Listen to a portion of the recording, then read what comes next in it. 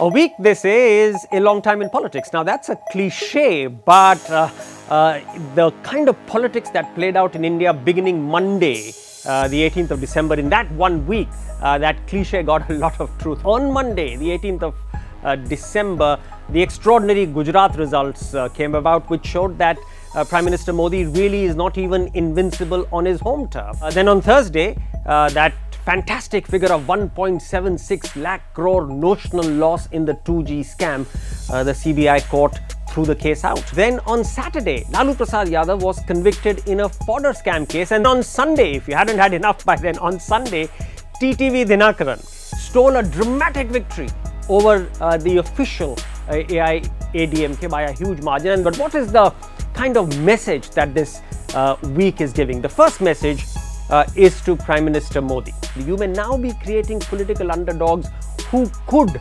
steal a march over you or have some political victories over you because the public sees them as being hounded and persecuted. TTV Dinakaran we have just spoken about, how he right after Amma Jayalalitha's death and Sasikala's incarceration, there were several cases and several raids mounted on him. Somewhere along the line, I thought the people did not like that, and the R.K. Nagar verdict, in a sense, gave that message.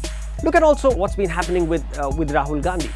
Clearly, the electorate in Gujarat, outside of the 5 urban districts, the Congress won a very, very strong mandate, and I think the public in Gujarat is giving the sense that they are now beginning to see Rahul Gandhi as a political underdog who may be getting wronged by the system. Go back to 1977 and see how, when the Janta government was elected, how Mrs. Gandhi, Indira Gandhi, was wiped out all through North India because people were very unhappy with her emergency.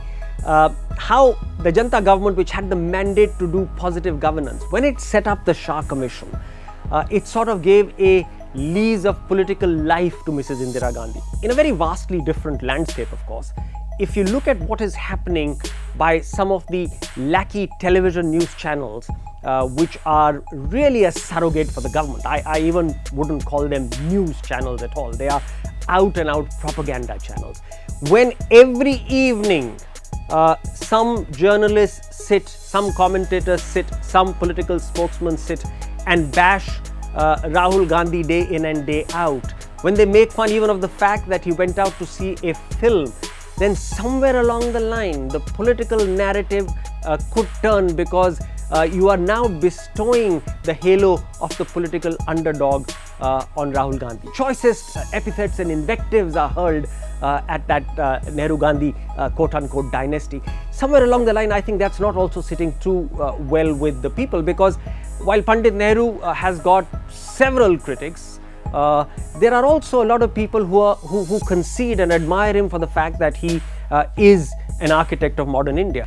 And do also remember that Mrs. Indira Gandhi and Mr. Rajiv Gandhi were assassinated.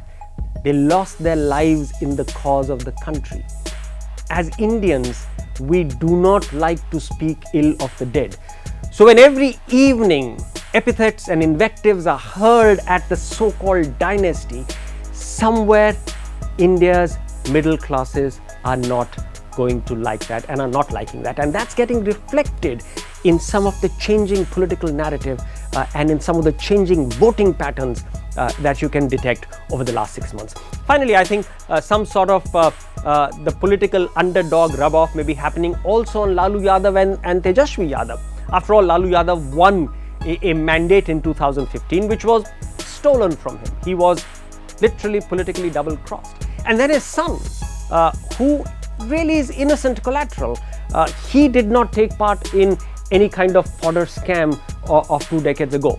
So somewhere along the line, by persecuting the Lalu Yadav family, particularly Tejashwi Yadav, with the kind of vengeance that we are seeing, I think somewhere along the line, another political underdog could be getting created. I think in all of this, there is one common political message: beware of the political underdog.